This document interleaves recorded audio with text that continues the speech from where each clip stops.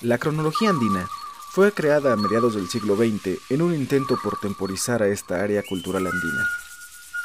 Esta se divide en horizontes, y entre cada horizonte hay un intermedio.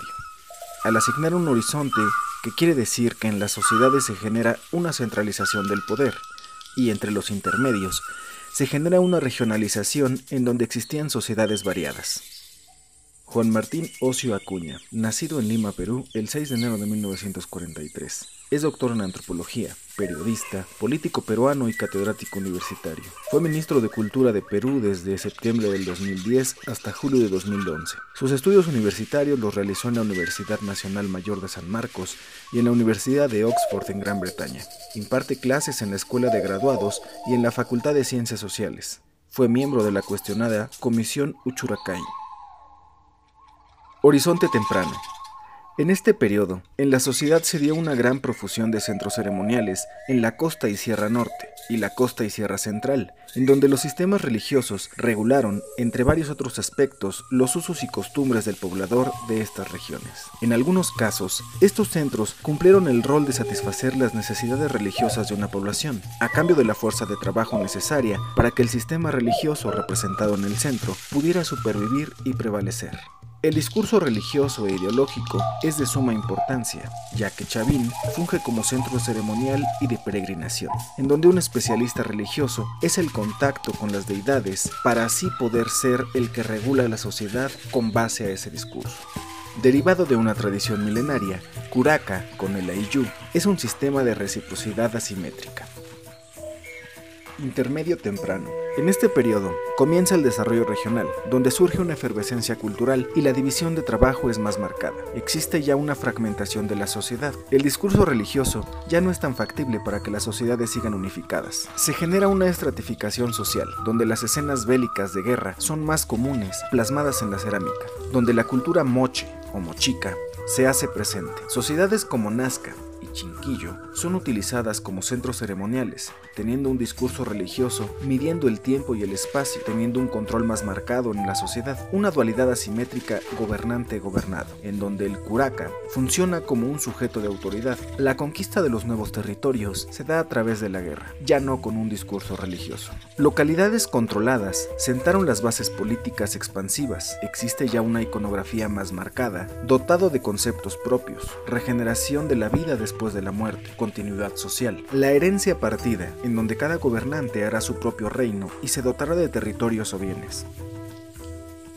Horizonte medio. En este periodo sucede una centralización del poder, en donde algunos conceptos se conservan, como la dualidad. El crecimiento del poder es más marcado, con las sociedades Wari-Tiwanaku, mismas que en un sentido teocrático, religioso, centralista y jerárquico. Los templos denotan centros ceremoniales, construcciones en donde la ubicación espacial se basa en la centralización del poder. Existe un flujo de información con las demás sociedades. No hay trazas urbanas. Sin embargo, se distingue un asentamiento humano burocrático. Ordenan los espacios en base al repartimiento o construcciones geográficas.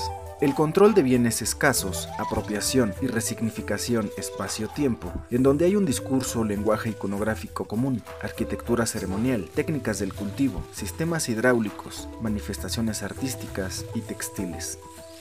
Intermedio tardío. En este periodo surge la regionalización de la población. A la caída de las sociedades antecesoras se crearon varios grupos. Continúa una jerarquización social, que en algunos casos, sociedades que se concentraron en los valles tuvieron el control sobre los recursos naturales como el agua, en donde la geografía influyó en las mismas para tener una visión distinta, como la iconografía, el culto a la luna y el océano. Sociedades en conflicto se encuentran, sociedades en lucha por la apropiación de recursos naturales, como aymaras, chancas, incas y chimo. ¿Es posible estudiar la historia de Tahuantinsuyo anterior a la conquista española? Hablando de previos estudios, pareciera imposible estudiar a Tahuantinsuyo por la escasez de fuentes directas. Existen estudios arqueológicos, aunque escuetos. En la presente lectura se realizará un estudio etnohistórico que toma diferentes fuentes y estrategias de estudio. El autor se encuentra con el planteamiento de que exista una tradición oral cusqueña, mientras revisaba la ideología de los partidarios de don José I Tupamaro, Inca Rey, 1781, donde observa que los rebeldes y comuneros hablan de que un Inca Rey volvería a gobernar, menciones que ya existían en el siglo XVI. Otra situación similar ocurrió con el Manco Cápac Inca, que se encuentra mencionado al menos en 5 espacios-tiempos diferentes y con distintas características, aunque siempre con la capacidad de crear una nueva era. Existía un mecanismo de cuento, donde los cronistas creaban un personaje mítico a partir de varios. Este mismo problema persistió al buscar huellas de larga tradición incaica. Al encontrar la construcción de un personaje con el mismo nombre, se contradecía en la descripción de contextos diferentes.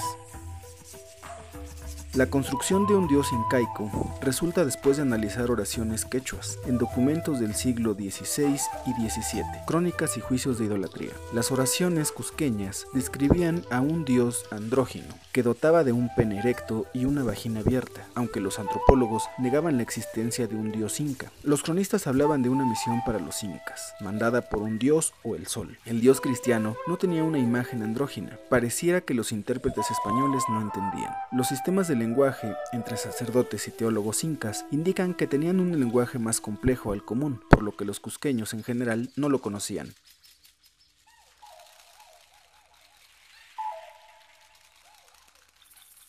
Un problema es que ante los estudios ya establecidos, esta historia no existe, y les parece que no es posible hacer una historia de una cultura ágrafa, lo que sí es posible tomando las diversas herramientas que nos brindan las diversas fuentes y estudios ya consolidados de arqueólogos y antropólogos. El principal problema, más que metodológico, es fundamental, y nos lo explica de la manera: cada lengua impone a su hablante una imagen lingüística del mundo. Por ejemplo, el castellano enseña que hay machos y hembras singulares o plurales. El quechua no enseña esto, pero sí la fuente de información del hablante, quien o lo sabe de experiencia o de segunda mano, o lo supone en diversos grados de probabilidad. Sin la lengua, la imagen lingüística del mundo de los andinos quechuas y aymaras, o hablantes de otras lenguas, se nos escapa, y los textos que los historiadores estudiamos se quedan con fragmentos cuyo significado ni imaginamos.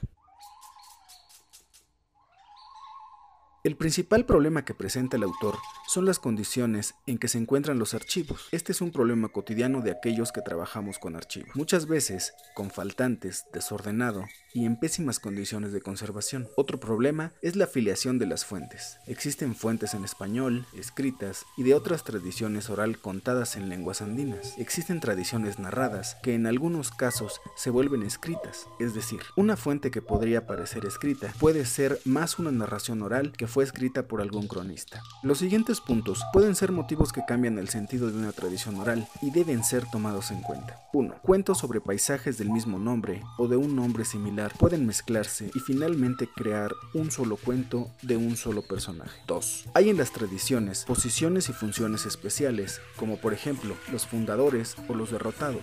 Los fundadores atraerán a comienzos de la tradición sobre la fundación de algo. Los perdedores pueden convertirse en un solo perdedor ejemplar. 3. Hay cuentos errantes que se mudan de un lugar dentro de la tradición. Las causas de cambio están siempre ligadas al contenido del cuento en su lugar original y al contenido del cuento al cual se añaden en su nuevo lugar. 4. Las amplificaciones pueden sustituir hechos de narración. 5. Hechos de narración, que son oraciones simples con un sujeto y un verbo, pueden provocar la aparición de partes que faltan, como el lugar y el tiempo de la acción. Por ejemplo, si el narrador explicaba cómo debía ser un desfile triunfal, todos los desfiles que mencionan recibirán los mismos rasgos. El mayor problema que ilustra el autor es que, siendo un investigador moderno, tiene poco o nulo apoyo institucional, ya que no está respaldado por investigadores de antaño y propone algo nuevo, ya que se hace mención a que la historia del Tahuantinsuyo antes de la colonia no existe.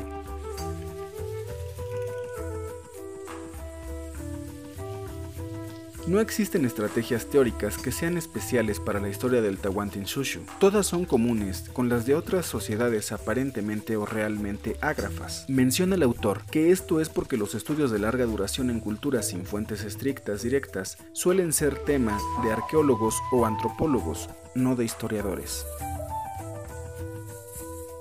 1. Existen oraciones cusqueñas que son incomprensibles aún en el español, ya que los cronistas toman como sinónimos dos palabras parecidas, aunque éstas no lo son en su significado, por lo cual el autor toma como estrategia el reducirlas al quechua para que tomen sentido, como lo hacen con otras lenguas andinas. 2. Las tradiciones se complementan de hechos narrados y amplificación, lo que se puede usar también para delimitar los temas de estudio. 3. El hecho de que los nombres propios tienen que aparecer en cada hecho de narración indica que una oración sin nombres es incompleta. Hay que restaurar los nombres según el lugar de la oración en la secuencia de hechos de narración. 4. El investigador tiene que estudiar los nombres de personajes y de lugares. Debe entender que los nombres forman conjuntos y en su estudio le puede indicar el idioma original del cuento y asociar el cuento con una etnia y un tiempo relativo, según la secuencia de estratos lingüísticos en el área y grupos estudiados. 5.